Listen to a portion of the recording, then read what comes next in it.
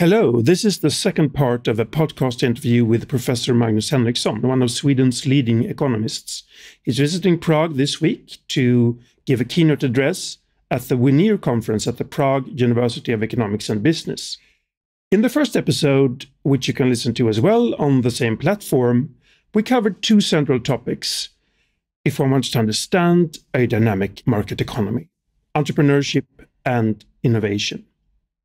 In this episode, we will cover the challenge of economic growth, the green transformation, advice to Czech economists, and how to design a good school system. Magnus Henrekson has worked a great deal on all of those topics. Professor Henrekson, welcome back to the podcast. Thank you very much. So I would like to begin by asking you about economic growth. Starting in the early 90s, you have written quite a lot about what explains differences in economic growth between countries. What is your answer today to the question, what mainly explains such differences? In the long term, it's individual incentives to acquire productive skills and to do something with those skills inside firms, but also that highly competent people work in the government in order to create good framework conditions. So it all boils down to good individual incentives that in turn are created by a good institutional system that favors productive behavior by all agents in the economy. Since you come from Sweden with a very big government, is the size of government related to economic growth? And if so, in what ways? Well, Sweden had an extremely large government as a share of GDP when I started looking into it. So it was above 60% of GDP around 1990. Now tax income as a share of GDP is down to about 43%. So government expenditure is a bit higher. And what we found is that about 10 percentage points higher share of government expenditure as a share of GDP means almost 1 percentage point lower growth rate. So if you have a share that is 50% of GDP compared to 40% of GDP, then you're likely to grow 1 percentage point more slowly. What is your analysis of the post-communist transition in this regard? Have the post-communist countries, including the Czech Republic, grown as you expected them to grow after they abandoned planned economies? If not, what could they have done better in reforming their institutions and policies? Some have argued perhaps that they should have strengthened the welfare state in the way the Nordic countries have. Is that a good idea, or what else would you have in mind in analyzing what has happened? Well, if you had begun by strengthening the welfare state, that means that you're blunting incentives for work and investment in new competencies for the individual. So therefore, that would have made things worse. And especially if you come from a communist era where people are used to doing what they are told, then it becomes extremely important to try to change that culture and promote individual initiative. Well, I think that given the circumstances and given the destruction of culture by the communists for such a long time, it's not that bad. It's reasonably good, but it's obvious also that countries that were industrialized and were at a high level before communist overtake in the late 1940s are doing much better. I want to move now to a very topical question, the green transformation. Europe is undergoing a green transformation at the moment, trying to stop climate change. In so doing, there are many big projects underway pertaining to the energy systems, the EU emission trading system, attempts to transform the way old industries produce things in a more environmentally friendly way, for instance, green steel, and also seemingly innovative attempts to develop new technologies, for example, lithium-ion batteries, as in the case of the Swedish company Northvolt. First of all, I wonder what should and what should not be done for a green transformation. For instance, should the EU or the government in individual countries support new green industries? The sad part to begin with is that the EU emissions of CO2 and other greenhouse gases is very small in a global perspective. So it won't help really if we totally stop producing anything, because it's below 10% of total emissions. And if you take my own home country, Sweden, it's about 1,000th of all emissions. So I think every 3 weeks, China and India together, they increase their emissions by 1 Sweden every 3 weeks. So this means about 15 to 20 Sweden every year of increase. So therefore, if we close down Sweden completely, it doesn't make any difference. You have to realize that. Second, if you try to do this too fast, faster than the rest of the world, out of step with the rest of the world, it's going to be very dangerous, very costly, because it means that the rest of the world will continue to benefit from lower energy costs and even being able to make the necessary investments in the new green technologies that we have to buy from them. And that's exactly what happened in China. China is increasing their emissions of CO2 every year. They continue to do so, but they're also the ones that are producing the batteries, the electric vehicles, and also now they are the ones that are actually building nuclear power plants at an enormously rapid rate. So trying to press the pace in the way that we do, saying that we have to be net zero by 2050, if the rest of the world say that they're going to be it by 2090 or 2075 or something, then it's not a good way to go. And the United States have also reversed their position on this. You mentioned nuclear power, and there's been a big debate in Sweden, certainly, about this form of energy production since the 1970s at least, up until today. And some years ago, several nuclear power plants that were still fully functional were closed down. What is the present situation regarding nuclear power? And is it true that the present government is reintroducing nuclear power, also using a pricing model inspired by the Czech Republic? It's true that they are reintroducing nuclear power, or they actually, until 2 years ago, it was forbidden. By 2045, we shouldn't have any nuclear power at all. And until recently, we had 12 nuclear power plants, but now we only have 6 left. And those power plants, they produced electricity at 2 European cents per kilowatt hour. Now we're saying, so we closed them down and they would have functioned perfectly for another 40 to 50 years. And now we have to build new ones that will produce at the price that it's about 4 times higher. So that was an enormous capital destruction that was made. And in Germany, they closed down 23 nuclear power plants after the Fukushima catastrophe, despite the fact that Fukushima had nothing to do with nuclear power in Germany. It was a human mistake, basically. So therefore, we have to reconsider in Europe. It's a very, very, very, very costly detour that has been taken. And we have invested in solar energy and wind energy that by itself is creating enormous problems in terms of impairing the balance in the system.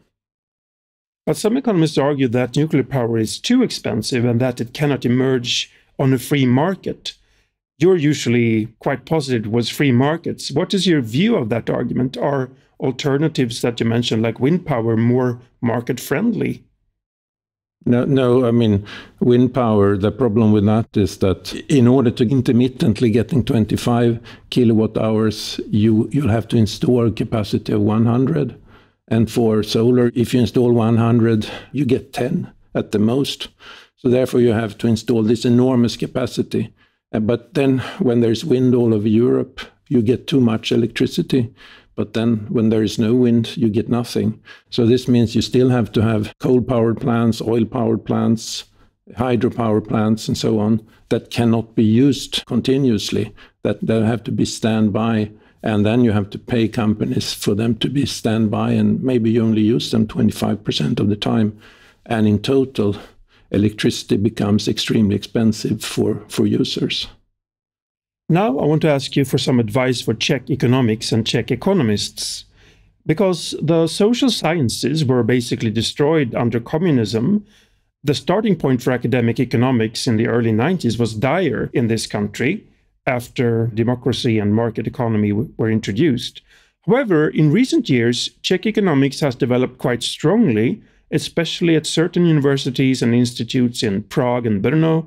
And there are many young colleagues of mine now here in Prague who are doing work that is published in the best journals.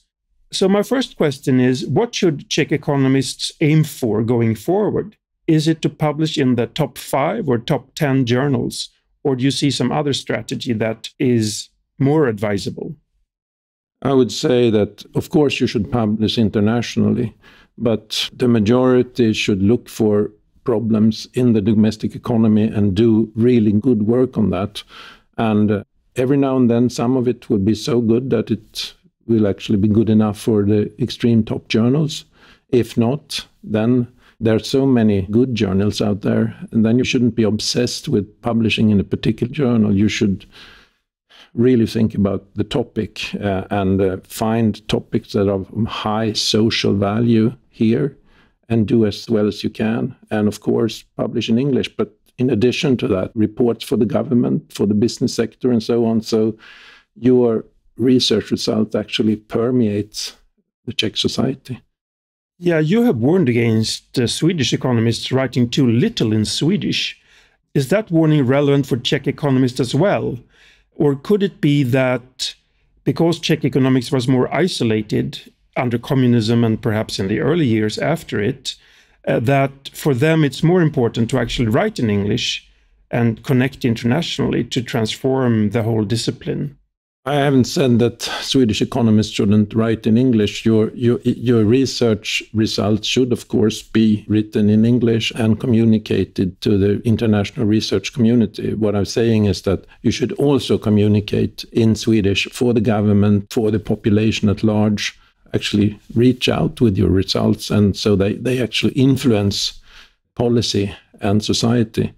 But here in the Czech Republic, it's important that well-trained economists, maybe who have a PhD or an advanced master degree, that they start working for government, and they are then able to absorb important research results and influence processes within the government that can lead to better policy decisions that are more evidence-based. Would you even say that it might be a good career path for some young economists with PhDs to work for the government full-time instead of doing research? I remember that you mentioned at some point that there are, I don't know how many, dozens of PhDs working in the Swedish Ministry of Finance nowadays. So you have very qualified people inside the government. Is that a way forward? Is that a good thing? Yeah, I would say that's one important channel through which research results can actually enter into the government. It's not enough that professors write reports and then expect people within government with very little economics training to be able to absorb and make something out of those research results. So you need well-trained economists on both sides, both within the university and in the ministries. So that's the way. But then, of course, it's important that politicians and their aides, that they are actually prepared to recruit people with such training, that they don't see them as a threat. And that has worked well in Sweden in recent decades. I mentioned in my introduction to the first episode of our interview that you have been a government investigator of the grading system in Swedish schools. So let me ask you a few questions about that as well. First of all, how important is the school system for the economy of a country? Well, it's extremely important. I say that if Sweden had social constructivist postmodern school system in the late 19th century and then retained that, we would have been a very, very poor country now. So we are a rich country because we have had a high quality school system for at least the late 19th century, for about 100 years. And then, of course, in recent years, and this is true for most Western countries, school system has degraded. It's not as good as it used to be because of postmodern social constructivist influences, that people are not as analytically trained as they used to be. Sweden famously introduced school vouchers in the early 1990s. Can you briefly explain how this system works and what you regard as its strengths and weaknesses? The school vouchers meant that it was fairly free to open a school, and for each student that joined your school, you'll get a voucher amounting to the average cost for a pupil in the municipality. And then it was also opened up for profit firms. So quite a bit of investment money went into this, and now we have 3 large corporations with quite a few schools. So 35% of all students in secondary school, age 16 to 19, go to private schools, most of them for profit. And in mandatory school, it's about 16 to 17%. So that's how it works. And to make it clear, the pupils themselves don't have to pay for the private school. No, so it's covered by this voucher. Yeah, it's forbidden. Any supplementary fees are forbidden. Right. So you were the government investigator of the Swedish grading system. What was the problem with it, and what solutions do you propose? Well, course curricula were very fussy, and then the grading was an A to F system.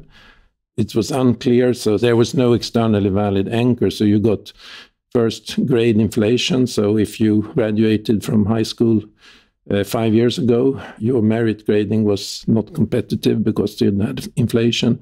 And then, of course, there are arbitrary differences between students. So the system I'm posing is that you can't have any inflation, and also there will be equal merit grading across students. So it's going to be a fair system.